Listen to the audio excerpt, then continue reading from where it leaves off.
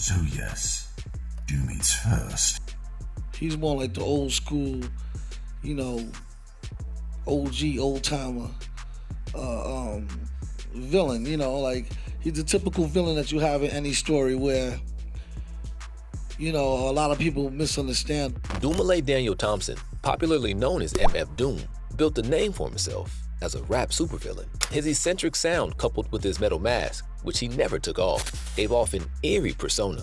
He gave us hot albums like Operation, Doomsday, and Mad Villainy, and even if people didn't fully understand him, he was still greatly loved. As his career saw a steady climb after a long hiatus, he died on Halloween 2020, but the news wasn't released until December, and his death shocked the world. Fans didn't expect such a talent to leave Earth so soon, so put the comic books down, subscribe to the channel, and turn up the volume.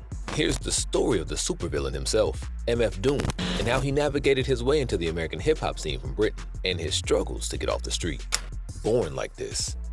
You wanna keep the story interesting. Like, soon as somebody thinks they know what you're gonna say, that's part of the essence of rhyming.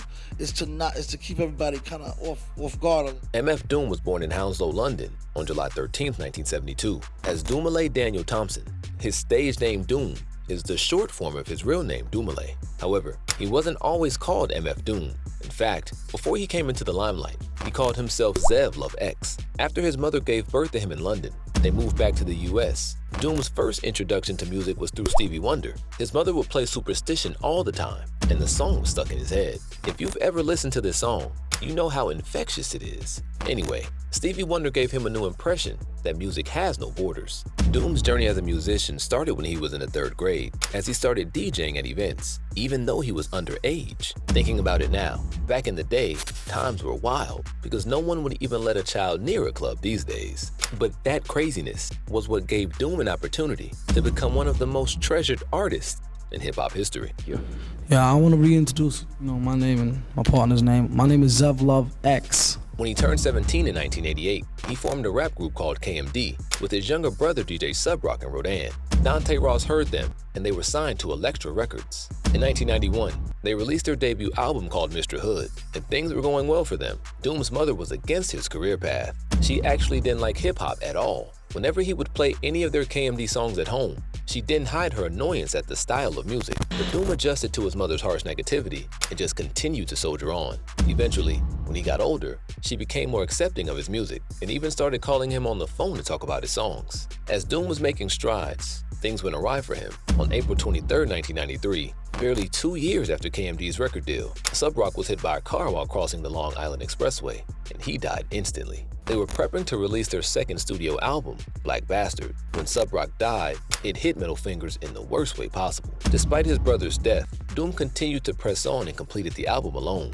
It must have been sad and lonely for him, but he didn't stop. The album was supposed to be released on May 4th, 1993, but Elektra Records dropped KMD. The album never came out due to its controversial cover, which featured a stereotypical Sambo character being hanged. With no record deal, no brother, or music group, MF Doom took to the streets. But he didn't get into a life of crime. Instead, he started living a nomadic homeless life, sleeping on the benches of Manhattan. His life took a downward spiral in 1994, and he stayed out of the hip-hop scene from 94 until 97. Take Me to Your Leader. In 1997, the rapper started performing at open mic events at the New York Poets Cafe in Manhattan. However, he was wearing tights over his face in a bid to obscure his former identity as Zev Love X. And did it work? Yes, it did.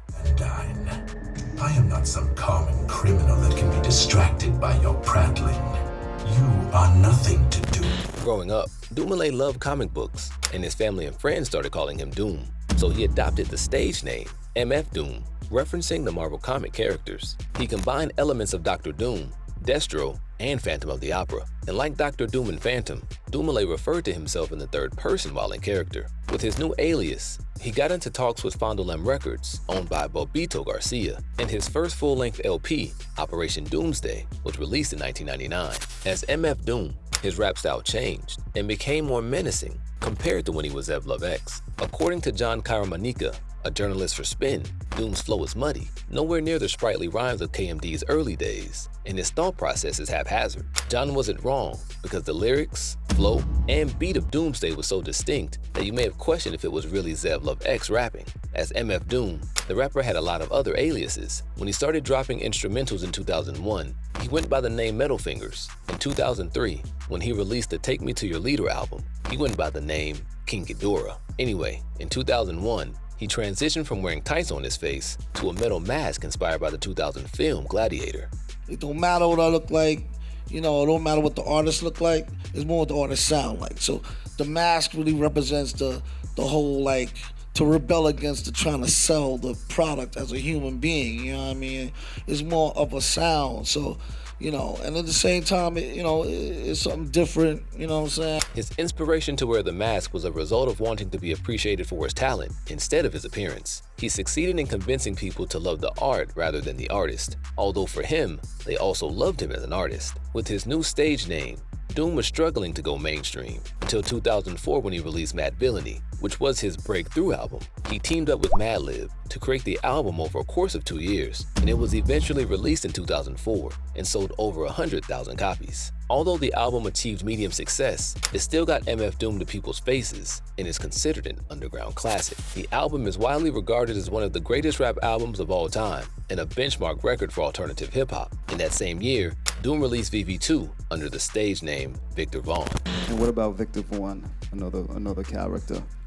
Yeah, Vic is similar, but he's younger. He's more like a younger, like, say, 18, 19-year-old young whippersnapper, think he know it all kind of, a lot of times he disagrees with Doom, but still he looks up to Doom. You know what I mean? It seemed like he didn't want any of the global fame and plunged deeper into underground hip-hop. In 2005, MF Doom decided to step up to the global stage and collaborated with DJ Danger Mouse to release The Mouse and the Mask, which was a clever play on both of their personas. The album reached number 41 on Billboard Top 200, which skyrocketed Doom's career. Key to the Cuffs. I am the super motherfucking villain. I'm sure y'all know that though, right? It's really me. As much as we love the crazy masked man, we also have to bring up the lip-syncing scandal back in 2007. MF got caught in a fuss about using lookalikes to lip-sync at his live gigs. This whole drama started after a pretty awful show at the Independent in San Francisco. Picture this: a thinner, sneakier-looking Doom tries to rap for 20 minutes, but his microphone's off. Then, out of the blue, he just splits. The audience, already super pissed off, started booing, throwing stuff, and demanding refunds. They left the place thinking Doom, or whoever that was, didn't say a single word. The lip-syncing buzz got bigger with rumors that Doom had been sending stand-ins to do his gigs. Some fans even bought signs of future shows, like Lip Sync, A Bad Show, and I Got Ripped Off. However, Doom's buddy and business associate, Devin Horwitz, slammed all those claims. He explained that the brief sets were a contractual component of Doom's performances. Despite all that chaos, MF Doom kept rocking stages and dropping tracks. His rep as a talented rapper and influencer stayed solid. Then in 2009, he released a solo album, Born Like This, and it did well on the charts in the US. At the start of 2010, he started a European tour, his first time performing outside of North America. After the tour, he was denied entry into the United States due to his immigration status. He never gained American citizenship, so he relocated to London and stayed there for the rest of his life. While in London, he started working with producers like Janerio Jarrell, and they released an album, Key to the Cuffs, under the name JJ Doom in 2012. It followed his exile to the United Kingdom and an exploration of British culture. It was a widely successful album and kept the rapper relevant. The passing of Doom, R.I.P. The public rarely saw his face, but they knew his voice. Daniel Dumile passed away at the age of 49. He was best known by his stage name, MF Doom. In 2020, the rapper developed high blood pressure and kidney disease. He was admitted to St. James University Hospital in Leeds, UK. While he was there, his wife Jasmine couldn't visit him due to COVID-19 restrictions. She probably assumed he was in safe hands until she was informed of his death on October 31st, 2021. It turned out that he reacted badly to one of the drugs given to him to manage his blood pressure. His family was devastated, and so were his fans. In his wife's tribute to him via his IG page, she wrote, "To Dumile, the greatest husband, father, teacher, student, business partner, lover, and friend I could ever ask for. Thanks for all the things you've shown, taught, and given me, our children, and our family. She ended the post with, "Transition, October 31st, 2020. Tyler, the creator, tweeted, "Safe travels, villain," in response to the news of Dumile's passing. Heavily inspired by Doom, Tyler sampled one of his songs in his early days. Using the same manner of delivery as Doom's, it's obvious where Tyler got his lessons from. The Venomous Villain's contribution to hip-hop. MF Doom is widely credited for the promotion of underground hip-hop. He is known for other subgenres such as lo-fi hip-hop. It sometimes goes by the name chill hop because it uses calming beats. It combines the tenets of hip-hop but takes it down a notch to create an unconventional tune. As I'm writing it, I'm also thinking of it from a listener point of view.